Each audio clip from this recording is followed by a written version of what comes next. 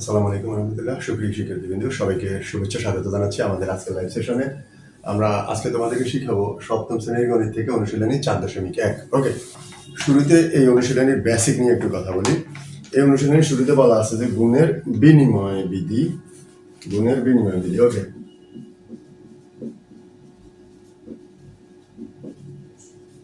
গুণের বিনিময় বিধি। গুণের বিনিময় বিধি এই জিনিসটা কেমন, আমরা একটু যদি এটাকে খেয়াল করি, আমরা যেখানে দেখবো যে দেখো 2 × 3 = 6, অর্থাৎ 3 × 2 = 6। এবার তুমি এটাকে যদি এইভাবে করো, বিনিময় করো, অর্থাৎ 2-এর জায়গায় 3 কে আনো আর 3-এর জায়গায় 2 কে নাও, তাও 3 × 2 = 6 বিনিময় করছে। তার মানে এটাকে আমরা এইভাবে লিখতে পারি যে এ বি সমান, এটাকে লিখতে পারি বি আগে এ পরে, এইভাবে লিখতে পারি। ওকে, তার এই সিস্টেমটাই হলো কি, অর্থাৎ একটা হলো গুণ্য, একটা হলো গুণন। গুণ্য গুণন গুণ্য গুণকের জায়গায় যাবে, গুণক গুণ্যের জায়গায় আসবে, অর্থাৎ এই ট্রান্সফারটা হওয়াটাই হলো কি গুণের বিনিময় বিধি, যাতে কোনো মানের কোনো পরিবর্তন হয় না। দেখো 2-এর জায়গায় 2, 3-এর জায়গায় আসলে 3 × 2 = 6 হয়। এই দেখলাম একটা আইটেম। এরপরে দেখবো গুণের সংযোগ বিধি।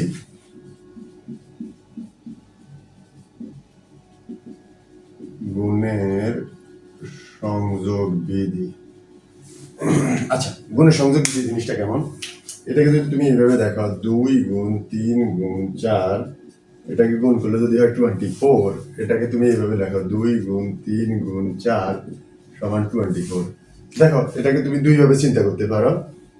পারো এই প্রথম দুইটা সংখ্যা যদি গুণ করো, দেখো 3 × 2 = 6, 6-এর সাথে 4 গুণ করো, কত হবে? 24। আবার যদি তুমি এখানে 3 4-এ গুণ করো, 3 4-এ 12, 12-এর সাথে 2 গুণ করো, 24। তারপরে সংযোগটা তুমি শুরুতে দুইটার সাথে রাখো, এটাকে পরে নাও, বা এই দুইটাকে রাখো, এটাকে পরে নাও, একই কথা। কেমন? তো এটাকে আমরা আরেকটু যদি এইভাবে লিখি, যেমন ধরো এ বি সি, এটাকে যদি দেখো এ গুণ বি গুণ সি, এটা যেই কথা, এ গুণ বি গুণ সি একই কথা। সংযোগটা তুমি এখানেও রাখতে পারো, এখানেও রাখতে পারো। এটা হলো গুণের সংযোগ বিধি। ওকে, এবার আসো গুণের সূচক বিধি একটু দেখবো। গুণের সূচক বিধি। হ্যাঁ, গুণের সূচক বিধি যেটা আমরা দেখবো, দেখো a² গুণ a⁴, এটাকে যদি তুমি দেখো, এটাকে তুমি এইভাবে লিখতে পারো যে এ এখানে কয়বার? 2 বার, এ গুণ এ এখানে কয়বার? 4 বার, এ গুণ এ গুণ এ, এই যে এ 4 বার, এ 2 বার, এ 4 বার। এটাকে গুণ করার ফলে আমরা যেটাকে দেখবো, দেখো এবার ব্র্যাকেট বাদ দিলে এ কয়বার হয়, আমরা সব লিখি একত্রে।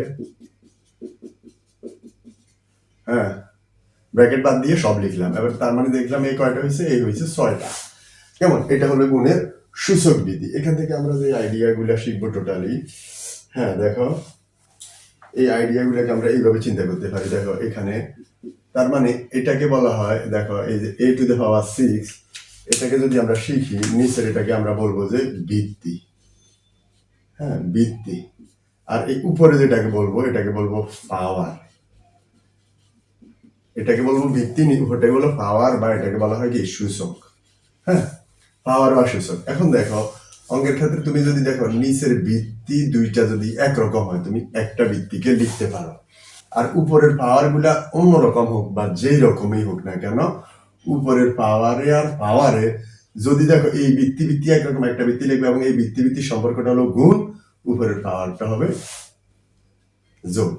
আর যদি দেখো এই ভিত্তি সম্পর্কটা হলো ভাগ, তাহলে উপরের পাওয়ারটা হবে বিয়োগ। দেখো তুমি এখানে কি পাও, এ 4-এ 2 যোগ করলে কত হয়? 6।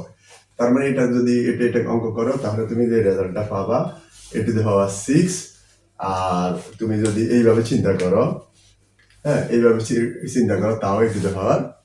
ওকে, এবার এই ক্যালকুলেশন থেকে আমরা আরো কিছু আইডিয়া নেই। যেমন ধরো যদি হয় a⁴n, এটা গুণ করো, তখন কি হবে? এই যে ভিত্তি একরকম, আমরা একটা ভিত্তি লিখলাম, উপরের পাওয়ার লেখার পরে দুইটা ভিত্তি সম্পর্ক যদি গুণ হয়, তখন আমরা উপরে কি লিখবো? যোগ লিখবো। এবার এখান থেকে আরেকটা ক্যালকুলেশন দেখি, a³ এটাকে তুমি যদি ভাঙো, দেখো এই ব্র্যাকেটের ভিতর আছে a³ কয়বার? এই যে পাওয়ারটা তোমাকে বলে, দেখো এই a³ এই জিনিসটা কয়বার? 2 বার। তো এই জিনিসটা দুইবার হলো, তুমি দুইবার লেখো, এই যে এ কিউব একবার, এ কিউব একবার, কয়বার হলো? দুইবার। এবার তোমাকে একটু আগে দেখো, একটু আগে ক্যালকুলেশন কি বলে, উপরের গুণ হলে উপরের পাওয়ারে পাওয়ারে যোগ, তিনে তিনে 6। এবার তুমি এটাকে আরেকভাবে চিন্তা করতে পারো, সেটা কিভাবে, এ এর এই যে এটাও একটা পাওয়ার, এটাও একটা পাওয়ার, হ্যাঁ, দুইটা পাওয়ারে গুণ করো 3 গুণ 2, তখন বৃত্তি নিচে হবে, পাওয়ারটা কোনায় ছোট করে দিবা, 3 দুগুণা 6। দুইভাবে চিন্তা করা যায়, কেমন? এই ভিতরের এই জিনিসটা দুইবার, এই যে একবার দুইবার, এই যে পাওয়ারে পাওয়ারে যোগ যোগ করছি, এই যে যা রেজাল্ট। আবার উপরের এই পাওয়ারে পাওয়ারে যদি তুমি গুণ করো, বৃত্তি দুইটা একরকম হলে পাওয়ারে পাওয়ারে যোগ, আর যদি নিচের বৃত্তি ঠিক রাখো, উপরে যতগুলো পাওয়ার হবে সবগুলো পাওয়ারে তুমি কি করে দিবা? গুণ করে দিবা, তাও সেম রেজাল্ট আসবে। ওকে, এবার এখান থেকে আরেকটা ক্যালকুলেশন নিতে পারি, দেখো a to the power m whole to the power n, তাহলে এটাকে কি লিখবা? এই পাওয়ারে পাওয়ারে গুণ করলে দুইটা পাওয়ারকে এইভাবে গুণ করে দিবা, এটা হবে, কেমন? তার মানে আমরা দেখলাম গুণের সূচক বিধি। ওকে, গুণের বন্টন বিধি। গুণের বন্টন বিধিতে যদি একটা এক্সাম্পল ফলো করি, 2 ইন্টু a প্লাস বি, হ্যাঁ, এটাকে তুমি এইভাবে লিখতে পারো, a প্লাস বি কয়বার? দুইবার। a প্লাস বি দুইবার, তাহলে দেখো a প্লাস বি একবার, আবার a প্লাস বি একবার, দুইবার। এবার কি করবা, a দুইটাকে আমরা এক ব্র্যাকেটে লিখলাম, প্লাস বি, এই যে বি বি বি দুইটাকে এক ব্র্যাকেটে লিখলাম, অর্থাৎ এ গুলাকে আলাদা করছি, বি গুলাকে আলাদা করছি। তো আলাদা করলে এখানে এ যোগ করলে হয় 2a, বি বি যোগ করলে হবে 2b। আর এই ক্যালকুলেশনটাকে তুমি যদি এইভাবে চিন্তা করো, 2 ব্র্যাকেটের আগে 2 আছে, এখানে গুণ, 2 এখানে যাবে, 2 এখানে যাবে, 2 এর গুণটা শেষ।